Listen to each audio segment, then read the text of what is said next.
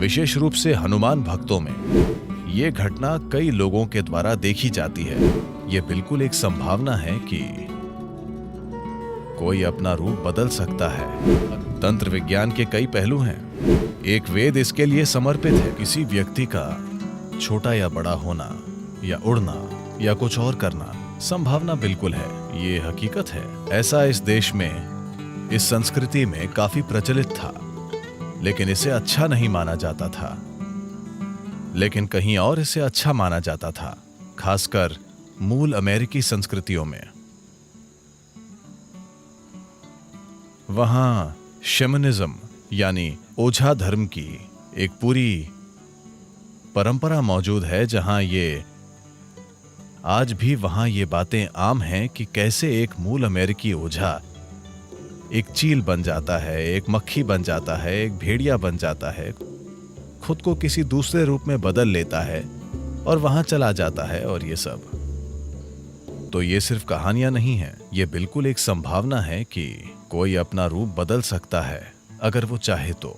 ध्यान लिंग में एक पैनल है जहां किसी ने खुद को एक ऐसे रूप में रूपांतरित किया था जो किसी दूसरे व्यक्ति के लिए मायने रखता था। क्या आपने देखा है? तो लोगों का अपनी सुविधा के अनुसार वो जैसा चाहे वैसा रूप ले लेना, ये कोई नई बात नहीं है या ये कोई अनसुनी बात नहीं है। दुनिया के लगभग हर हिस्से में ये मौजूद है। इन दिनों खासकर इसका एक बड़े पैमाने पर प्रचार किया जा रहा है उत्तर अमेरिकी और दक्षिण अमेरिकी ओझाओं के बारे में। ओझाओं का चील बन जाना और भेड़िया बन जाना, ये दो रूप उनके लिए बहुत आम है। यहाँ ये कोई अनसुनी बात नहीं थी, लेकिन हमारी संस्कृति में इसे अच्छा नहीं माना जाता था। वहाँ इसे अच्छा माना जाता है क्योंकि ये आध्यात्मिकता नहीं है, ये तंत्र विद्या है। यहाँ हमारे तंत्र वैज्ञानिक, मैं उन्हें वैज्ञानिक इसीलिए कहता हूँ क्योंकि वे उसी तरह के हैं। वे खुद को पक्षी या जानवर में बदलने की तकलीफ नहीं उठाते क्योंकि इसमें खतरा है। एक सुंदर कहानी है जिसमें उस ऋषि का क्या नाम है जिन्होंने निगल लिया था, क्या आप जानते हैं मैं किसकी बात कर रहा हूँ? अश्विनी कुमार, और वो उनके पास कुछ सीखने गए थे, शुक्लाचार्य। हाँ, क्या उन्होंने घोड़े का रूप ले लिया था? अश्विनी कुमारों ने घोड़े का रूप ले लिया था और उन्होंने क्या निगल लिया था? शुक्लाचार्य को, मेरे ख्याल से।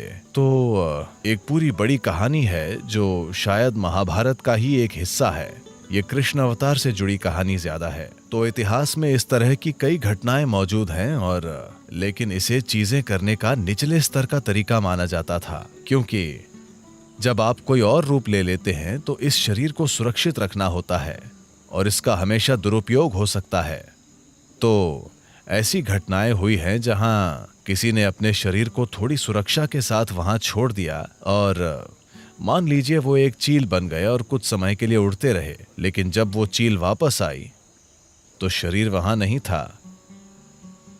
तो अब वो चील क्या करेगी? दयनीय स्थिति है ना। चूंकि आप उड़ नहीं सकते, इसलिए आपको लगता है कि चील होना एक बड़ी बात है। चील होना कोई बड़ी बात नहीं है। हालांकि वो ऊंची उड़ती है, पर वो हर समय नीचे देखती रहती है। यहाँ बैठकर ऊपर देखना ज्यादा अच्छा है, ऊपर जाकर नीचे देखने के बजाय। तो यहाँ तंत्र वैज्ञानिकों ने दूसरी तरह के तरीके विकसित किए, यानी वो खुद कोई दूसरा रूप नहीं लेते, वो दूसरे रूप चुनते हैं और उन्हें ऐसा बना देते हैं कि वो एक खास तरह से काम करें। वो कोई जानवर चुनते हैं, आमतौर पर एक जानवर जिसका बहुत इस्तेमाल होता है वो है मुर्गी। अरे आपको लगता है कि वो बेकार चली गई? तो वे उसके जीवन को, वो मुर्गी जवान और जीवंत होनी चाहिए, न कि पकी हुई। तो मुर्गी की जान निकाल दीजिए और उस जीव रूप का उपयोग अपने कुछ काम करवाने के लिए कीजिए। बजाय इसके कि आप मुर्गी का शरीर धारण करें, आप नियंत्रित तरीके से उस मुर्गी से चीजें कराते हैं। रिमोट कंट्रोल मुर्गी, ठीक है?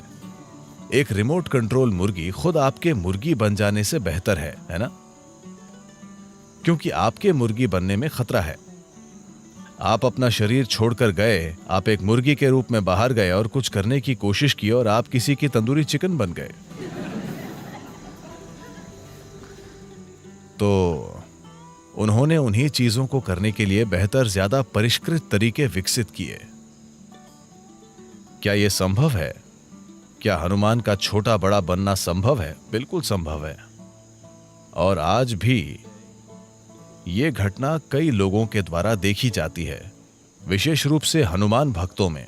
हनुमान के भक्तों के बीच रूप बदल लेना आज भी एक बहुत सामान्य बात है, क्योंकि उन्होंने ये चलन शुरू किया था।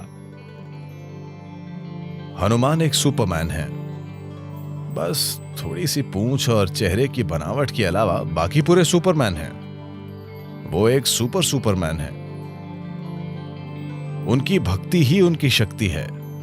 उनके दिल में भक्ति इतनी मजबूत है कि उसकी वजह से वे सबसे अलग चमकते हैं अपनी सच्ची भक्ति के कारण। तो भले ही आप एक बंदर हों, अगर आप एक भक्त हैं तो आप अपने बंदरपन के परे जा सकते हैं और कुछ असाधारण बन सकते हैं। यही हनुमान की कहानी है। तो हाँ, तंत्र विज्ञान के कई पहलू हैं। एक वेद इसके लिए समर्पित है। अथर्ववेद पूरा इसी के बारे में है।